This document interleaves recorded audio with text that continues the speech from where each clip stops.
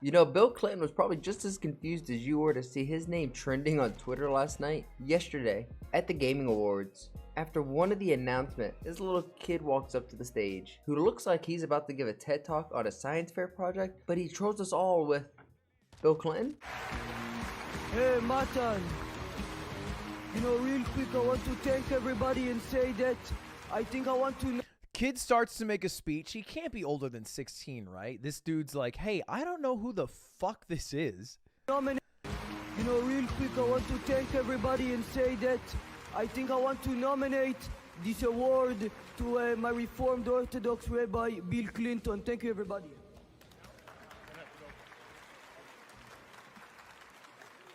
I like how the crowd's like, that was fucking weird, but okay. Okay, I don't really get that part, but all right. He did the right timbre. I'll be shocked if we don't see something like this turn into a meme. Oh, wait. There it is. If you would please take 5 seconds, like, share, and subscribe. Over 90% of people who watch my videos aren't subscribed, and well, that's messed up. And once we get to 500 subscribers, I'm going to be giving away a copy of Modern Warfare 2. So if you want to stay caught up on all your gaming leaks, news, rumors, updates in esports, go ahead, like, share, subscribe, share with your friends, and hell, if your mom's high enough, you can share it with her too. But last night, Call of Duty dropped a trailer for their first ever raid. And while I can't play the trailer independently because I would definitely get copyright struck from it, but we can talk about it and break it down and fill in all the holes that we might have. So I'll just lay it over this video and talk about everything we know about Call of Duty's first raid. First, we know that you are not going to want to shoot at everything you see. There's going to be civilians or maybe even just teammates that you don't want to shoot that may actually do damage if you shoot them. I don't know, but there is potential that there will be civilians that we aren't supposed to shoot. Second, we know the raid will be split into 3 parts. One of those parts we can see in the trailer, where you have to stay submerged and you have 1 oxygen tank to split amongst the 3 teammates. As well as another one where it looks like you have to stay hidden in the shadows or out of the sight of the recon drones. And fun fact, the devs that worked on this raid were inspired by Destiny's raid, Vault of Glass. And with that said, we know there's going to be more than a shooting mechanic, but that communication and teamwork will be very, very important. Diving into some speculation here and having some fun, we can see that Prince and Farah are in their, their base operator outfits. And I believe these will be the operators that we get with the season reloaded. As of right now, the only way to play as Price or Farah is to use the ghost version of them, which the only way to get that was if you pre-ordered the Vaulted Edition. And well, if you did, then you already got a ghosted outfit for all of the cast. But next up and last, and yet the most terrifying confirmation, is the return of Cali Sticks.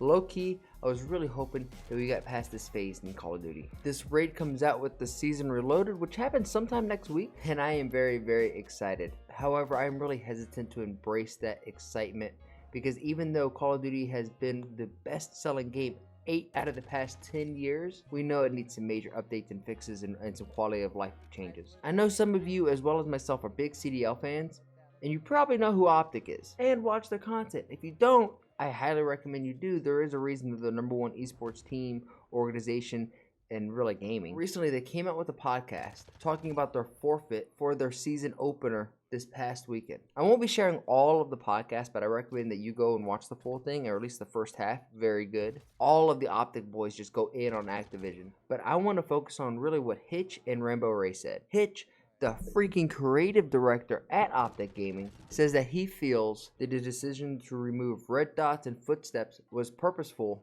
and it was because the developers don't like how those guys play Call of Duty, those guys being the esports competitive side of Call of Duty. That's why it's like whenever they decided not to play and decided to put their foot down, I feel like after 4 years of little to no support on the developer side, and then, different questionable decisions on the league side, and a lot of it's not the league's the employees that work for the league, it's not their fault, but like it's just the trickle down effect.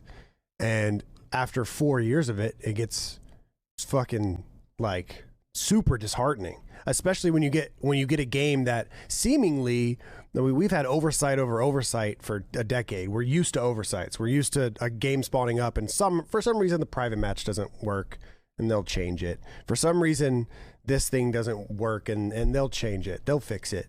That maybe like Modern Warfare 3 was released with no LAN support. Oversight, they'll change it. Shit like that. But to take out, to completely remove the option to, on your own free time in your own private match, to play the game the way that it's been played competitively for 14 years. I mean, that's seemingly a purposeful decision, like an attacking decision. We don't even like how these guys play, so let's not even give them the fucking option to have red dots on their mini map. Let's not even give them the option to have silent footsteps or different things that they think is just the bare minimum to make a game competitive and to make a game like playable in the way that we've built this community from the ground up. And I'm sure all of these little frustrations from the league side, from the game side, from the developer side built up, and then bam, the SAE thing happens. And so if you're wondering, damn, these guys are bitches, they're just not playing, I'm sure it's 4.5 to 10 years of being seemingly like, you know, forgotten about, disrespected, and then you're forced to do this league thing, and then bam, the SAE happens, and that's just where it all you know, ended up at. It's not just like, damn, I'm upset. OpTic fan and Twitter buff Jacob Halley over on Twitter says this as well, that reminder in 2019, 5 months before the launch event of the CDL, in which teams paid $25+ million to be a part of the franchise, the lead developers over at Infinity Ward made this slight passive comment saying that they boiled the fun out of Call of Duty. What's crazy is that we found out that OpTic originally just wanted to forfeit that map, the Control Asylum map, and wanted to move on. But Call of Duty said, no, if you forfeit that one map, you forfeit the match, the whole series. So OpTic said, fine, that's a stupid rule. We call your bluff. We lose. We'll just play Florida on Sunday and we'll move on from this. Then out of nowhere, the league changed its mind and notified the OpTic guys 15 to 20 minutes later saying, hey, we can keep the games going. But unfortunately, at this point, OpTic was just fed up and in full demon mode. The players are basically kind of down the rabbit hole and like, hey, like, we don't want to replay this map. Like, let's move on to the next map. And we were told we can't. We were told that if you forfeit this, you have to forfeit the entire match. And we're like, what? Like, that, like, what world does that make sense? Wow. Like, we mean, like, so we were all frustrated with that. And then 20 minutes went by after that without really much conversation. And then, well, when we said, fine, then we forfeit. yeah, They said, no. So what was, so at that point, we basically, like, the last words I said to the people in charge was that we're not going to replay. And then nothing was said after that for 15 minutes. And then they came back and said, like, I mean, during this 15 minutes, everyone's just like going even darker and darker and darker. At this point, there's no light. Like, it's just, we're far, like, it's whatever, full darkness. literal demon hours. And, Yeah, like, everyone's just like totally revolving around this, being more and more pissed. The guys start tweeting and all that stuff. So, and then they come back like 15 minutes later and tell us, never mind, you can forfeit that map and then you can play the rest of the match out, which to me was like, We're making the rules up as we go along? Yeah, Okay. right. Yeah, it just seems super. No. like, that was the most frustrating part for I me. think regardless if you're a fan of OpTic or Rocker, we can all agree this game needs quite a few quality of life changes, and it's kind of ridiculous that this $300 million franchise was seen as a negative by lead developers over at Infinity Ward. This may be crazy and this may be harsh, but I totally agree with this tweet by Shaw over on Twitter saying, personally, Joe Sheetcott should be fired and shunned from Call of Duty. And I agree. I think Joe Sheetcott should be fired as of yesterday, and we need Treyarch just to run Call of Duty and all the other studios just